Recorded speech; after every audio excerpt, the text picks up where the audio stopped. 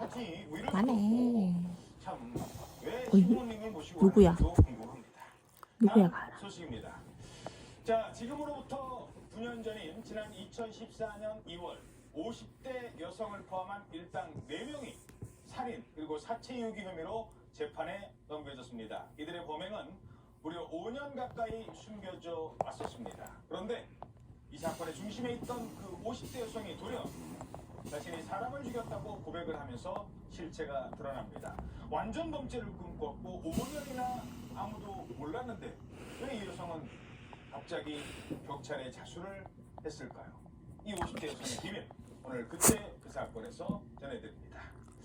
자, 50대 여성이 경찰에 자수한 그 당시로 한번 돌아가 보죠. 범행을 자백을 했을 텐데 네.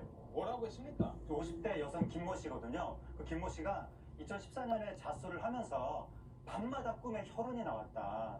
2009년에 숨진 피해자 얼굴이 자꾸 떠올라서 너무 자책 때문에 참을 수 없어서 결국 자수를 했다. 이렇게 이제 이야기를 했습니다. 예. 그래서 뭐라고 그랬냐면 피해자가 내 딸의 남자친구였는데 술을 먹으면 자꾸 내 딸과 손주한테 폭행을 해서 그래서 결국 내가 살해했다. 내 딸 남자친구였는데 네, 그 술 먹고 내 딸과 손주를 폭행을 해서 내가 살해했다. 이렇게 진술을 한 거예요. 잠깐만요. 50대 엄마잖아요. 네, 그래서 경찰이 남자친구 20대일 텐데. 그래서 경찰이 딱 보기에 아니 50대 여성이고 몸무게도 50kg 정도였다고 합니다. 체격이 작은 여성이 어떻게 건장한 젊은 남성을 혼자서 살해할 수 있었을까? 그죠? 쪽으로 이상하게 생각해서 네. 경찰이 추궁하기 시작했습니다. 자, 이 추궁 끝에 내가 나 혼자 사람을 죽였다던 이 50대 여성 김 씨의 진술이 우리가 나를 포함한 다른 사람들이 사람을 죽였다는 내용으로 바뀌었습니다. 살인 등 이 범행에 가담한 또 다른 인물들이 있었다. 지금 그런 얘기네요. 김 씨를 포함해서 총 4명이 범행에 가담한 것으로 드러났는데 4명이. 이 50대 여성 김 씨를 제외한 나머지 사람들은 피해자랑은 일면식도 없는 사람이었다는 겁니다. 자백을 한 시점으로부터 5년으로 거슬러 올라가서 2009년으로 보면요. 이 사건 당일 김 씨가 본인의 동거남의 후배 등등과 함께 강원도로 놀러 갑니다. 예. 강원도의 특산품 더덕 있잖아요. 예. 먹음직스러운 더덕을 사가지고 오는데 이건 우리 딸한테도 좀 나눠줘야 되겠다라고 해서 딸의 집으로 가는 길이었고요. 예. 마침 그 동거남도 당신 딸 나도 한번 좀 보고 싶다라고 해서 딸네 집으로 가던 그 중에 딸에게 전화 한 통이 걸려오게 됩니다. 아, 그러니까 이 50대 여성이 동거남과 강원도에 갔다가 더덕을 샀대요. 아, 이거 딸 주려고 딸네 집에 가는데 마음이 통하기라도 했을까요? 딸한테 마침 그때 전화가 오는 거예요. 어떤 전화가 걸려옵니까? 이 지금 딸이 피해자의 폭행 때문에 지금 괴롭다. 너무 자기가 괴롭다. 아, 나 지금 맞고 있다. 맞고 있다. 그러니까 엄마 입장에서는 격분할 수밖에 없는 거죠. 그러게요. 그래서 동거남한테 부탁을 합니다. 딸이 그 평소 알고 지내는 남자가 술 마시고 지금 행패 부린다고 하니까 가서 좀 혼 좀 내달라. 라고 이제 동거남한테 부탁을 하고 동거남도 그렇고 일행도 이거를 받아들입니다. 그래서 이제 김 씨하고 그 일행을 태운 차가 딸이 주거지로 간 거예요. 예. 이미 늦은 밤이었는데 바로 도착하자마자 이 딸이 폭행을 당하는 모습을 이제 엄마와 동거남이 본 거예요. 아이고. 그래서 다행히 이제 다른 가족들이 도와줘서 딸은 이제 집으로 들어갔고 예. 이 피해자한테 이 김씨 동거남이 다가가서 조용한 곳에서 대화 좀 하자라고 하고 이 자신들이 타고 온 차량에 이제 태운 겁니다. 자, 차에 태운 거예요. 내 딸이 맞는 상황에서 갔으니 화가 났겠죠. 그런데 옆에 다른 사람도 있는데 혼내려고 만나려고 했다가 일이 어떻게 커지는 겁니까? 일단 지금 피해자가요, 술만 먹으면은 이 김 씨의 딸을 귀찮게 하고 폭행하고 이런 문제가 평소에 많았습니다. 그날도 이 김 씨의 딸을 술에 취한 채로 찾아가서 폭행을 하고 있던 상황이었는데, 김 씨의 일행은 이제 원래 처음에는 뭐 혼내주려고, 훈계하려고 찾아갔잖아요. 근데 피해자가 술에 취해서 이 차 안에서 욕설을 하고, 김 씨 일행에게 이 애들을 가만두지 않겠다 이런 협박까지 하고 차량 좌석 걷어차면서 소란을 피우기 시작한 겁니다. 차 안에서 소란을 피웠군요. 네, 그래서 차가 이 경기도 모처 야산 부근에서 한 차례 일단 멈추게 됐어요. 이 소란 때문에. 예. 그때 이 엄마의 동거남이 격분한 상황이 된 겁니다. 아이고, 옆에는 동거남이 격분해서. 네, 그래서 이 피해자를 차에서 내리게 하고 인근에 있던 둔기를 가지고 와서 피해자를 굉장히 강하게 폭행을 하기 시작을 한 건데, 예. 그리고 함께 있던 일행이 피해자를 결박을 한 뒤에 맞아서 피를 흘리는 피해자를 다시 차량으로 옮겨 태우게 됩니다. 자, 차 안에서 막 차량 좌석을 걷어차고 막 욕을 하고 그러니까 둔기로 때리고 결박을 한 거예요. 그리고 차량에다 실었어요.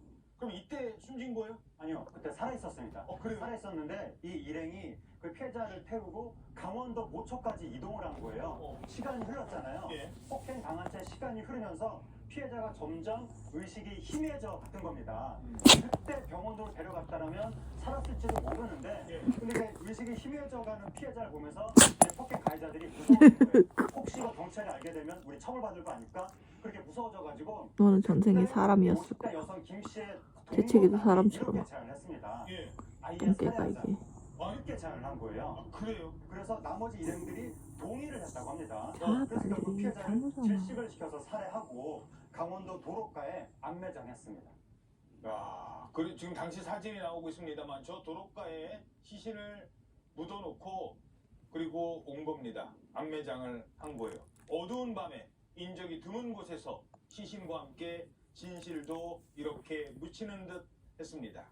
실종 신고가 접수됐지만 이 경찰이 혐의점을 찾지 못했다고요. 그렇죠. 이 살해된 남성 누군가의 가족이지 않았겠습니까? 그러니까 그러네. 우리 식구가 지금 안 들어온다. 그만해. 여자친구 만나러 아파. 나간 이후에는 연락 아파. 두절이다라고 해서 처음에는 실종 신고를 그만해. 경찰이 조사를 그거 물어, 합니다. 니꺼. 1년 니꺼 물어. 6개월 동안 수사를 진행했는데요. 지금 이 같은 게 살인행위에 있어. 맨날 물기만 하고 이제. 상에 애초부터 오르지도 못했고 조사도 당연히 이루어지지 못했다고 합니다. 예, 이 피해 남성은 40대라고 합니다. 나갔을 때 여자친구를 만나러 나간다고 얘기를 했으니까 이런 곳에서 이런 관계로 숨졌을 거라고 예측을 못했을까요? 완전 범죄에 가까워집니다. 하지만 이들의 범행은 5년이 지나서 바로 그 50대 여성이 자수를 하면서 세상에 드러나게 됐습니다. 자, 그런데 이 여성은 50대 여성은 자수를 한 계기가 돈이었다. 이런 주장을 했습니다. 엄마의 진술에 의하면은 동거남이 계속 이 살인했다는 이런 빌미로 해가지고 돈을 요구를 해가지고 그 돈의 협박에 못 이겨가지고 경찰에 자수했다 이렇게 진술하고 있습니다. 저는 한 5억 정도 지금 돈을 갖다 줬다 이렇게 진술하고 있습니다. 딸은 사실 모르겠어요. 네, 딸은 지금 전혀 모르고 있고 그 딸도 조사를 했는데 딸이 그 와가지고 엄마가 그 범행에 참가했다는 것에 대해서도 계속 울면서 그럴 리가 없다고 이렇게 아까 계속 얘기를 했거든요. 살해를 하시고 난 다음에 왜 돈을 요구하셨어요? 그런 적 없습니다. 돈 요구하신 적 없으세요? 네, 없습니다.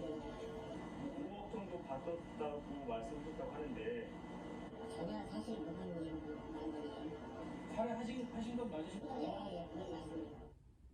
자, 이 동거남과 50대 여성 한때는 뭐 서로 집사람이라고 부르는 등 가까운 사이였대요. 그런데 그 사건 이후에 두 사람 사이가 어떻게 틀어지는 겁니까? 그 50대 여성하고 그 동거남이 처음에는 범행 사실을 숨기고 그 50대 여성의 딸하고 그렇게 살았다고 합니다. 몇 년 동안 그렇게 살았는데 살해하자고 제안했던 게 동거남이잖아요. 그 동거남이 죄책감을 느꼈다고 합니다. 그래서 혼자서 여러 차례에 걸쳐서 안매장한 장소를 찾기도 하고 그 과정에서 이제 50대 여성하고 두 사람 사이에 갈등이 생겼다고 합니다. 아무래도 범죄를 공범이다 보니 예, 그렇게 갈등이 고조되던 끝에 결국 2014년 1월 달에 50대 여성이 자수를 하게 된 것이고 그때 자수하면서 시신을 유기했다고 지목한 장소에서 피해자의 백골 상태 이 시신이 발견이 됐습니다. 자, 그러면서 동거남이 계속 이 살해한 사실을 뭐 세상에 알리겠다라면서 돈을 요구했다라는 게 이 50대 엄마의 주장입니다. 결국 미제였던 이번 실종 사건 살인 사건으로 바뀌었고 법의 심판을 받게 됐습니다. 법원 어떤 판단 내렸습니까? 1심은 이 50대 여성 그 김모 씨한테 징역 13년 그 동거남 실제 이제 실행을 했으니까 예. 동거남한테는 이제 15년을 각각 선고를 했습니다. 아무래도 이제 이번 사건이 지금 뭐 딸이 폭력 피해를 당하고 있다고 해도 법 절차에 호소하지 않고 지금 집단 폭력으로 이 문제를 해결한 거기 때문에 그래서 결국 사망이라는 극단적 결과가 초래됐고 이런 점을 감안을 했고요. 2심에서는 이제 아마 피해자하고 합의를 한 피해자 유족하고 합의를 한 것 같습니다. 그래서 그런 점이 감안돼서 어머니 김 씨는 징역 11년, 동거남은 징역 12년이 선고됐습니다. 예, 알겠습니다.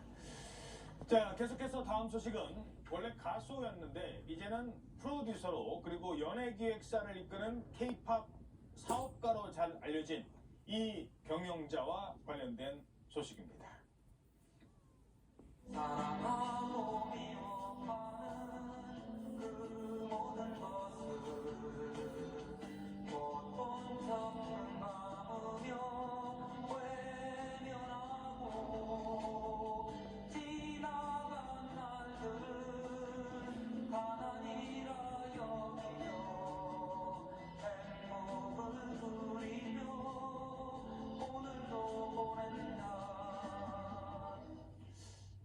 이수만 씨인데요. 이수만 씨가 최근에 그 SM 엔터테인먼트, 그 SM이 본인의 이름을 딴 거잖아요.